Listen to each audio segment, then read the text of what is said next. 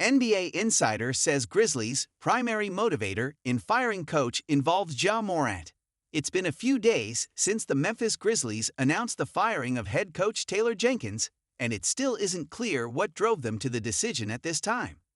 GM Zach Kleiman did speak to reporters over the weekend, but didn't offer much in the way of details.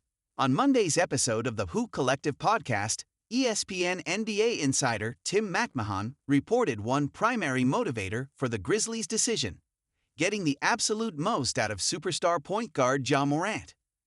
MacMahon reported, as did The Athletic over the weekend, that Morant didn't like the new offense Memphis installed this year that involved very few pick and rolls. The high-flying star has missed 30 games this year due to injury, and wasn't the court-altering force he once was when he did play.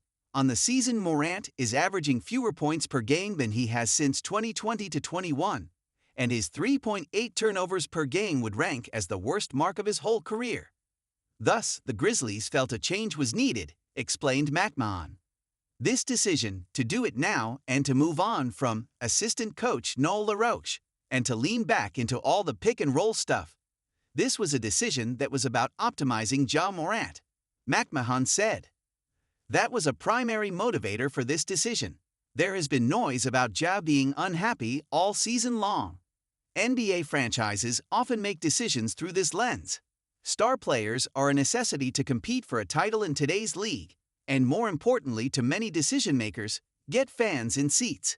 It would make sense if the Grizzlies didn't want to waste time and dismiss Jenkins in hopes Morant would click with interim head coach Tuomas Isalo in the last weeks of the year. All that lines up.